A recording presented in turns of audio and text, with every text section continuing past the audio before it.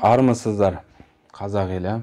Біз бүгін тағы да 5Q қаржылық білім арнасында сіздерменен біздер уәде еткеніміздей қаржылық білім бойынша сабақтарымызды бастаймыз. Бүгінгі тақырыбымыз жарлы менен кедей танымдары туралы, жарлы менен дәулетті адамның ерекшеліктері туралы өтетін боламыз. Сіздер өздеріңіз білесіздер, мен ойлап тапқан жоқпын.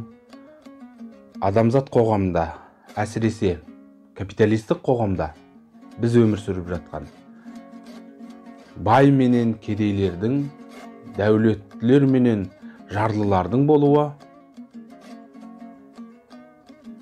бар нәрсе. Бұл ақиқат. Ал енді біз кейінге шегінетін болсақ, біздің қазақ ата-бабаларымыз кезінде 17 ғасырда, 18 ғасырда, 19 ғасырда қазақ сөздіктерін, қазақ әдебиеттерін, қазақ оқулықтарын біз зерделейтін болсақ, қазақта жарлы, кедей, бай, дәулетті деген ұғымдар болады. Біз бүгін жарлы менен байдың, дәулетті менен кедей туралы өтетін боламыз. Бұл кедей дегеніміз кім? Кедей дегеніміз өзінің табысының басым бөліктерін азық-түлікке жұмсаушы, және де өмір сапасы, анығын айтқанда, өмір сапасы төмендігін бойынша анықталатын деңгейді айтамыз. Өмір сүру деңгейі. Бұл міндетті түрде кедейлік адамның өмір сүру сапасына кері ықпалын береді. Біз енді қайтпек керек. Біз жүре береміз бе? Әлде біз өзіміз туралы ойланып, сапалы өмір сүруге біз ұмтылуға құқылымыз ба? Әлбетте құқылымыз. Біз сапалы өмір сүруге, қазақ ұлты және жалпы адамдар сапалы өмір сүруге құқылы. Қазақ ақындары, қазақ жыраулары осы туралы не деді? Бұл туралы алатын болсақ, Бұхар Қалқаманұлы құрсағы құшақ байлардың дәулеті таймас демеңіз, қу тұяқты кедейге дәулет бітпес демеңіз дейді.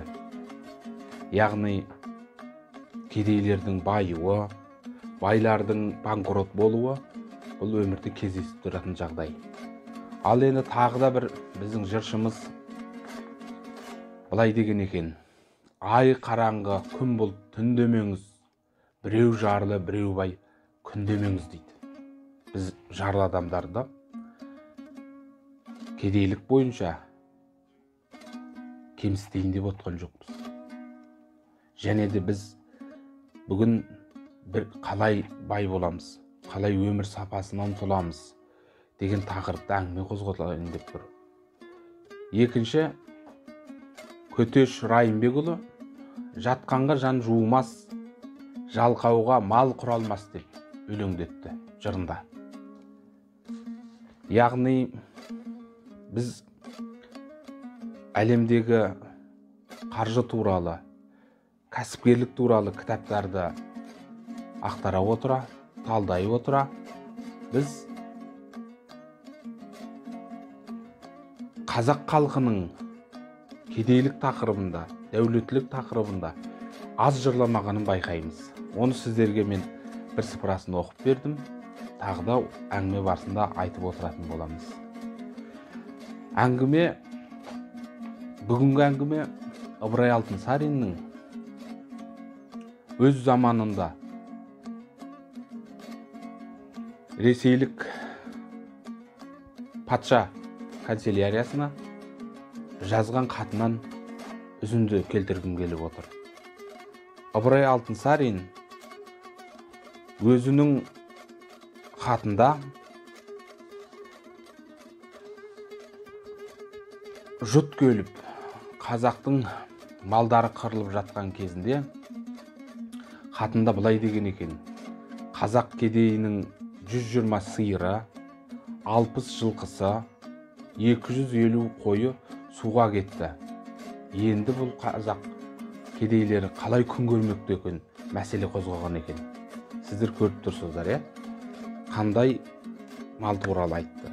Біз қазақ ұлты жалпы дәулеттілікті малменен есептеген халықпыз. Мал дүние деп айтылады. Бұл қазіргіше айтқанда қаржы, қаражат, дәулеттілік деген сөзінің анықтамасы. Ал енді бүгінгі жағдайда, қала жағдайында елдің барлығында осыншалықты мал бар ма?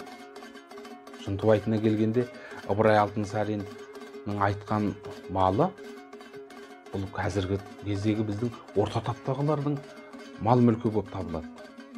Ал енді біз 21 ғасырда бізге қайтпек керек. Біз бай болуға ұмтылғанымыз қаншалықты арға сәйкес келеді. Бұл туралы айтатын болсақ, қазақ ғұламалары да әр қашанда бұл адамның сана сезімінің кедейліктен құтылуға тікелей әсер келтіретіндігі туралы айтып кеткен. Мен сіздерге соның кедейліктің негізгі 5 себебін атап көрсетпекшімін. Бірінші себебі бұл енжарлық пенен жалқаулық. Енжарлық дегеніміз бұл өте қауіпті сипат. Қалай десеңіз, сіздің мынау үйіндегі баласының жыртық аяқ киім киіп жүргенін сезбеген әке, ол қандай әке? Болмаса өзінің жолдастары сапалы өмір сүріп жатқан кезінде сапасыз өмір сүру қаншалықты бұл қисынға қонымды. Сондықтан енжар болмау керек. Заман ағымынан, замана көшінен қалмау керек. Екінші, өркөкіректілікпенен өзін мүсіркеу. Қалай? Өркөкіректілік дегеніміз қалай? Бізде өздеріңіз білесіздер, адам өмір бақи білім алуы тиіс деген ақыл кеңестер берілуде. Шынтуайтына келгенде, адам өмір бақи білім алуы тиіс. Өздеріңіз білесіздер, ғұламалар айтты. Адамның қанша жыл, 100 жыл өмір сүрсе де, тіпті бұрынғы кезеңдерде Лұқпан Хакімнің кезінде де, ұзақ өмір сүрген кезде де адам яки бұл сіз өмір бақи оқуыңыз керек. Күнделікті адам 15 минут, 40 минут кітап оқуға жұмсауы керек. Ол түрлі әлемде болып жатқан мынау ақпараттарды, әсіресе қаржыға байланысты болып жатқан мынау жаңалықтарды жібермей біліп отыру керек. Былайша айтқан кезде барынан хабардар болып тұру керек. Ал енді бұл мынау өркөкірек болып, менің барым білем деген, ол нағыз барып тұрған ақымақтық. Ғалымдардың өзі, мысалға сіздерге қарапайым айтайық. Дәрігердің түрі көп. Мысалға окулист алайық. Окулист ол көз дәрігері. Көз саласының майталман мамандары.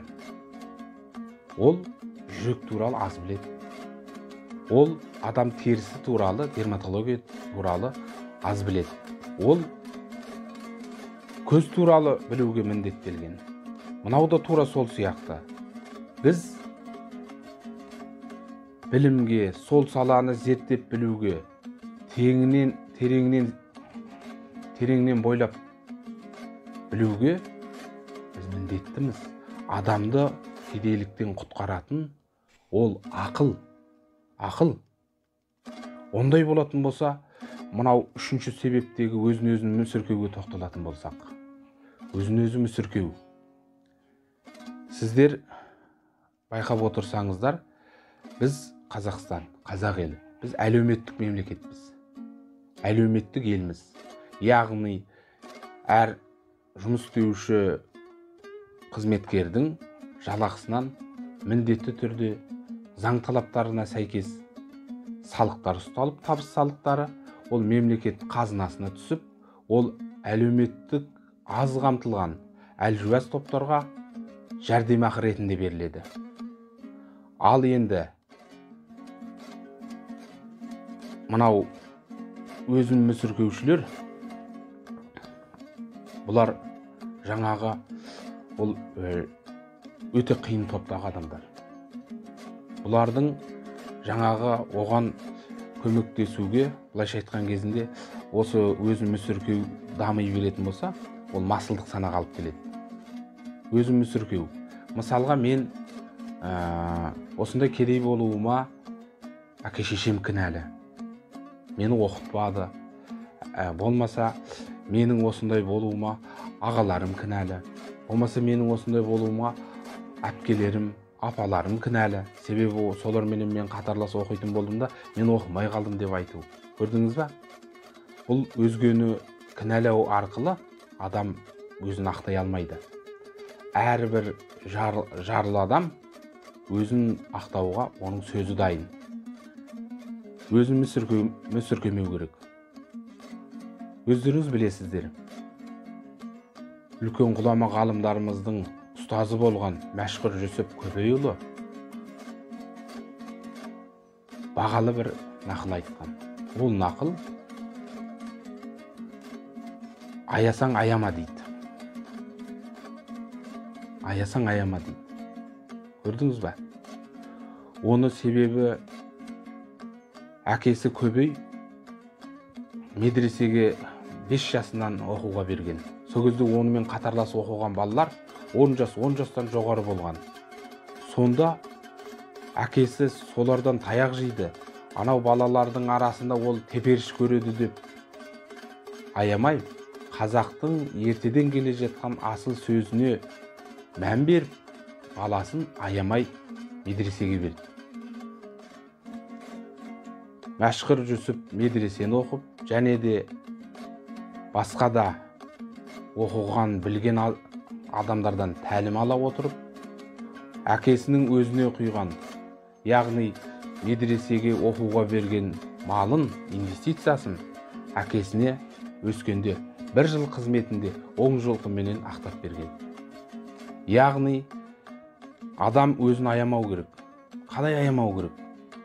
Бұл барлық тұстарда қолдана бермейтін сөз. Сіз өзіңді аяма. Асаңды ерте тұр. Өзіңді аяма. Өзіңді аяма. Уақытыңды жоспарла. Ерте тұрып, кітап оқы. Ерте тұрып, асыңды ерте іш. Біздің қазақта айтады ғой. Ерте тұрған еркектің ырысы артық, ерте тұрған әйелдің бірісі артық дейді. Көрдіңіз ба? Осы сияқты жаңағы өзін мүсіркемей, елмен қатар, ел көшінен қалмай, алға ұмтылу, бұл саналы азаматтың ісі болмақ. Ал айтпайтын болмаса кінәлай беру, көршісін кінәлау, одан сала берді мынау әкімшілікті кінәлау, одан сала берді министрлікті кінәлау, одан сала берді елді кінәлау, билікті. Ол жақсы емес. Ал енді мынау өзі тұрғысынан мен өзіме, еліме қандай қызмет атқардым, мен еліме не бердім деген сұрақтарды өзіне қоятын болса, ол саналы азаматтың ісі. Өзін мүсіркемейді. Сіздер өзіңіз білесіздер. Біздің Жамбыл облысында Анар Бексұлтанова атты кәсіпкер әпкеміз бар. Ол кісіменен біз кездесулер ұйымдастырдық. Анар Бексұлтанованың соншалықты өмір сүйгіштігі, соншалықты рухтылығы маған ой салды. Ол өзінің екі қолдығының жоқтығына қарамастан екі қызын өсіріп өнегелі ана болып отырғандығына мен разымын. Осындай Анар Бексұлтановадай және тағы да басқа мүмкіндігі шектеулі қайсар жандар бізге рух береді және саналы адамдарға ой салады. Енді үшінші мәселе. Мынау қаржылық білімде білім мен біліктіліктің төменділігі кедейлікте негізгі себептер болып табылады. Ол қандай білім? Бізде әлемде үш түрлі білім кездеседі. Ол адамды табысты қылуға. Ол бірінші мектептегі білім, орта білім. Екінші кәсіби академиялық білім, және де үшінші қаржылық білім. Адамның табысты болу үшін осы үш білім толық болу керек. Үш білім. Ол үшін қаржылық білім керек. Ары қарай, төртінші. Бұл мінездегі кемшіліктер. Анығын айтқанда мінез міні. Біздің қазақ бекзада мінезді адамдарды жоғары бағалаған. Жақсы мінезді адамдарды көркем мінезді адам бекзада деп жоғары бағалаған. Ал енді мынау әлемдік деңгейдегі атақты кітап Наполеон Хиллдің «Думай и богатей» деген кітабы бас жағындағы бір бөлімі арнайы ППУ, яғни көркем мінезділікке бөліп отыр.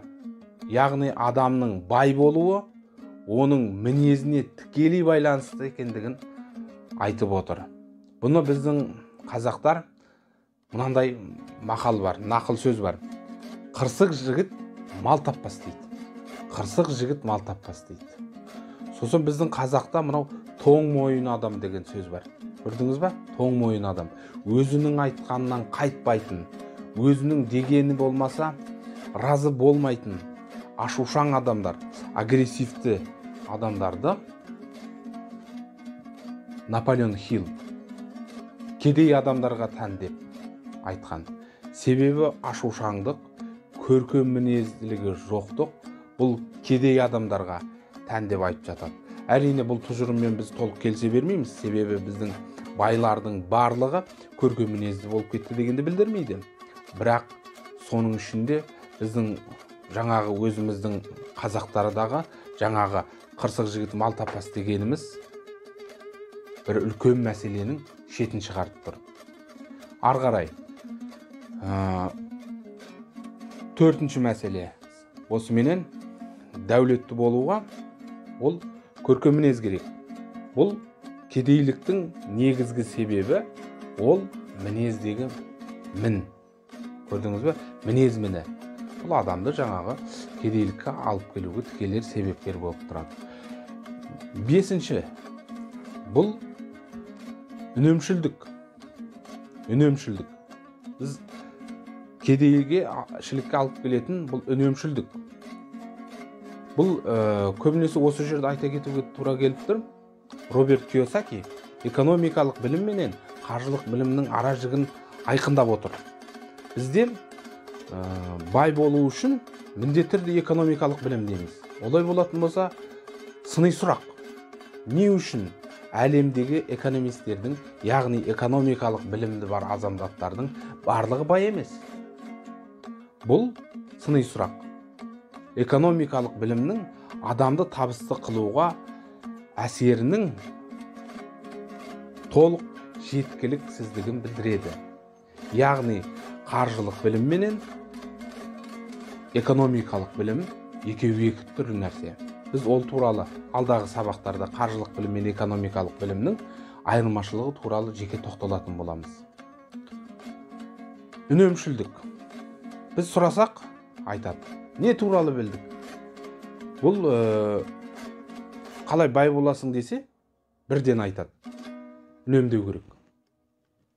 Бағанағы айтқанда экономикалық білімнің нәтижесі, оның негізгі экономикалық білімнің негізгі нәтижесі үнемдеу.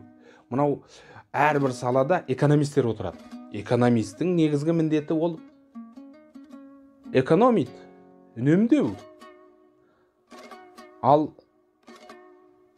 адамдарды, балаларды жастайынан үнемшіл болуға тәрбиелеу, ол оны кедей болуға тікелей алып келеді. Мысалға, бұл жерде шатасулар болуы мүмкін. Мысалға, қазақта мынандай сөз бар. Үнемшілдіктің атасы сараңдық, түбі кедейлік дейді. Бұны мен шығарған жоқпын. Бұны біздің қазақтың ауыз әдебиетінде келе жатқан сөз. Түсіндіңіздер ме? Сонда сіз балаларға біз үнемшілдікті беру арқылы біз сараңдыққа тәрбиелеп жатқан жоқпыз ба? Сол үшін біз бір сабағымызды арнайы сараңдыққа арнаймыз. Үнемшілдік, қайтып оралатын болсақ. Үнемшілдік, бала, үнемшілдікке мән беру арқылы ол өте сақ болмаса, ол сараңдық айланып кетуі мүмкін. Сараңдық. Бұл адам бойындағы ең жексұрын сипаттардың бірі. Оны мінез қасиетіне жатқызуға болмайды. Адам өмір бақи сараңдықпен күресу керек. Өмір бақи үнемшілдікпенен күресу керек. Қалай күреседі? Мысалға, біз мынау 21-ші ғасырда, 21-22-ші ғасырлар, бұлар үнемдеушілердің ғасыры емес. Көрдіңіздер ме? Үнемдеушілердің. Себебі үнемдеушілік. Сіз мысалға қараңыз. Сіз үнемдей бересіз. Сіз үнемдейсіз. Сіз өзіңізге жақсы сапалы тамақ ішуден үнемдейсіз. Сапалы киім киюден үнемдейсіз. Сіз үнемдей беру. Балаларды үнемдеуге үгіттеу, бұл кедейлікке тікелей алып келеді. Бұл танымнан өзгеру керек. Себебі дәулетті адамдар бұл танымның ескіргендігі туралы, бұл танымның ескіру туралы Роберт Кийосаки, Дональд Трамп арнайы тұжырымдар жасаған. Біз енді алға жылжитын болсақ, бұл адамдар осы турасында толық түсіну үшін сіз қараңыз. Бағанағы сабағымыздың тақырыбы жарлы менен дәулетті адамның танымдары. Бұны сана деп айтсақ та болады, сана. Дәулетті адамның санасы менен жарлы адамның санасын тең қылуға болмайды. Себебі бұлар мүлдем бөлек сана. Мүлдем бөлек. Мұны былай айтуға болады. Сіз қараңыз. Сіз мысалға мынау бағана қазақилық менен мал менен мысал келтіретін болсақ, бір шаруа болам деп қалалық азамат ауылға көшіп келеді да 10-30 қойға арналған қора соғады. Ал екінші бір қаладан көшіп келуші ауылға ол 1000 қойға арнап бас салады. Сіз енді ойланыңыз. Екеуінің танымы қандай? Және де сіз қалай ойлайсыз? Оның қайсы түбінде оның бай болды? Міндетті түрде, әлбетті түрде ол 1000 қойға арнап бас салған азамат нәтижесінде бай болған. Бұл оның таным көкжиегінің кеңдігін білдіреді. Сіз қараңыз. Екінші, сіздің аулаңыздың кең болуы. Мысалға алатын болсақ, мынау біз жаңағы ақылдымыз дейтін неміс ұлты, бұлардың біздің Қазақстанда тұрды. Сол кезде сіздер қарап отыратын болсаңыздар, олардың есігінің алды, әсіресе жер тамдарда тар болды. Ол нені білдіреді? Олардың балаларының аз болды. Біздің қазақтың шаңырағында ол кезде 10 бала болды. Ал оларда аз болады. Біздің қазақтың контекстінің көк жиегінің кеңдігі ол ауласының кеңдігі сияқты. Көрдіңіз ба? Үшінші мәселе. Бұл мынау сіз бар нәрседен хабардар болуыңыз керек. Сіз үнемі өзіңізді жетілдіріп отыруыңыз керек. Одан кейін кедейліктің тағы бір себебі біздің танымымыз. Таным деген сөз қайдан шықты? Таным бір тәлімгер ұстаздардың айтып отқан сөзін ол тыңдаушының қалай тануында, мәселенке, оның қалай түсінік ретінде қабылдауында. Мысалға, мақалдарды айтып көрейік. Бір мақалдың өзін бірнеше адам бірнеше түрлі түсінуі мүмкін. Мысалға, қазақтың мына бір мақалы. Мал баққандық емес, тапқандікі. Осыны мен бір арнайы күзетші жігіттен сұрадым. Осы мақалды сен қалай түсінесің дедім. Сонда ол жігіттің айтқаны: мал баққандық емес, мал ебін тапқандікі дегенім, мен күзет қызметім барысында әйтеуір әупірімдеп қалайда бір амалын тауып, сол жерден бір табыс табу. Былайша айтқан кезінде арсыз жолменен табыс табу. Ол жаңағы, мысалға, бензоправкада оператор болып істейтін болса, оны жаңағы өзінің қожайынын алдай отыра, бензиннің өлшемін азайта отырып, табыс табу.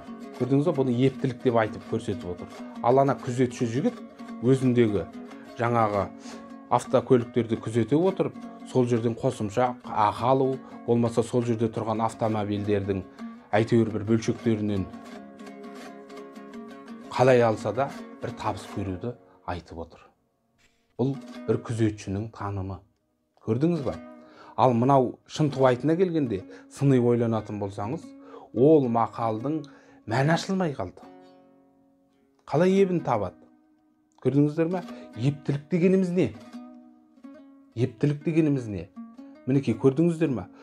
Біздің қазақ әрқашанда табысты адал жолуымен табуға үндеген.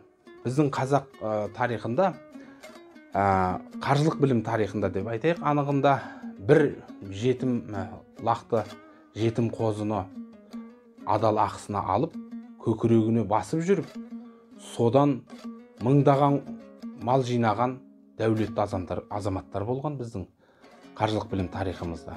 Көрдіңіздер ме? Малды қалай біз адалынан жинаймыз? Көрдіңіздер ме? Бұл дәулетті адамның танымы.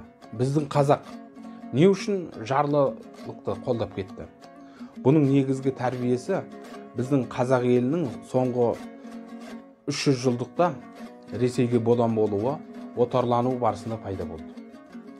Сіз қараңыз, мынау әсіресе бұл Құнанбай заманына дейін ұлы орысшыл идеология кең етек жая бастаған жоқ.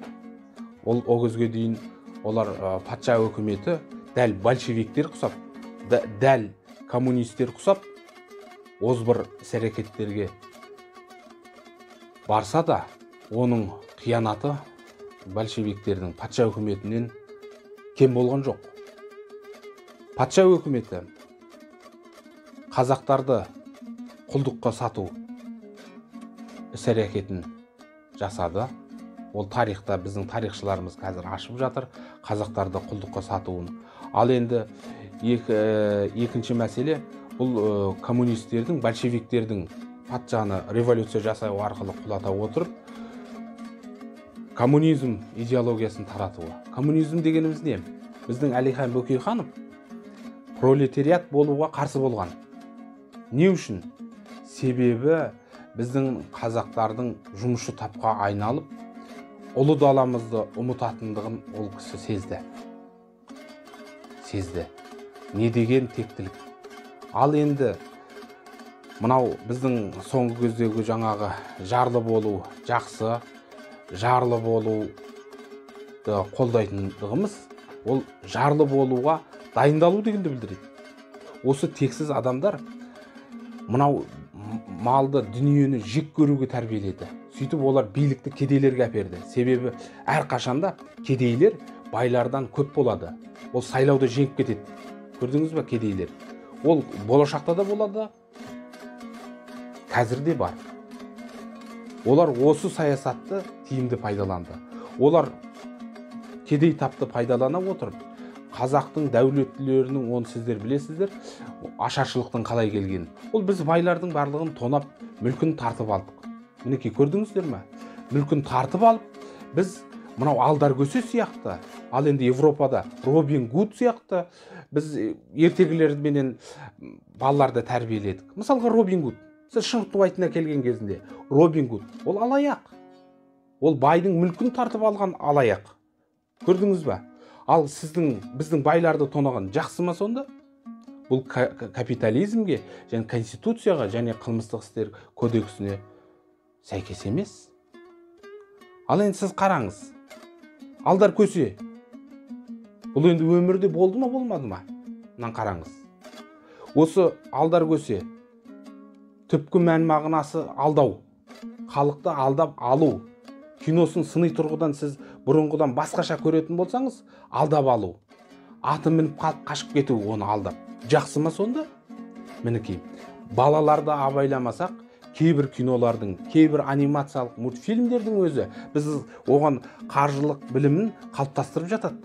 Көрдіңіз бе? Тартып алу, көрдіңіз бе? Не болдық нәтижесі? Тартып алудың нәтижесі мінекей бүгінгі күнде Қазақстандағы жаңағы мынау нәтижелеріміз, сол көзден берген тәрбиелеріміз нәтижесін көрсетіп жатыр. Мінекей, тартып алу, жемқорлық, ұрлық, бұның барлығы алдар көсе сияқты біздің шығармаларымыздың нәтижесі болып табылады. Сондықтан біз бұны айтқымыз келеді. Алдар көсенің дәурені өтті. Көрдіңіз бе? Робин Гудтың дәурені өтті. Егер сіз балаңызға Робин Гуд туралы кітап әперіп, Робин Гудты насихаттай берсеңіз, ол сондай болады. Ол байлардан тартып алуға ол бейімделеді. Біз айттық қой, біздің қазақ ертегілердің идеологиясы өз қазынаңды табу, өз қазынасын іздеу, ақыл іздеу. Көрдіңіз бе? Оны ойлап табу, өзің жасампаздықпен жасау болып табылады. Сондықтан біз қазақ елі, мынау енді біз өзіміздің бүгінгі білгенімізбенен бөлісіп отырмыз. Сондықтан біз мынау қайтсек те, ол жек көретін нәрсе болса, біздің қазақ осы жарлылықтан жирену керек. Себебі қазақ салт дәстүрінде жарлының сарқытын ішпе дейді. Мен шығарған жоқпын оны. Жарлының сарқытын ішпеген. Көрдіңіз ба? Жармағансың дейді. Қазақтың төл аңызында. Оны мен шығарған жоқпын. Сондықтан біз жармай қалмас үшін, кедей болып қалыптаспас үшін, қарыздың құрсауында қалмас үшін, біз дәулеттілік танымдарды тануымыз керек. Ол туралы біз алдағы бір сабағымызда қалай дәулетті боламыз, осы турасында біз арнайы сабақ өтетін боламыз. Олай болатын болса, жарлы болудан жиренейік, дәулетті болуды үйренейік. Бай болайық, бақуатты болайық, жүрегіміз жұмсақ, жасымыз ұзақ болсын. Сау болыңыздар.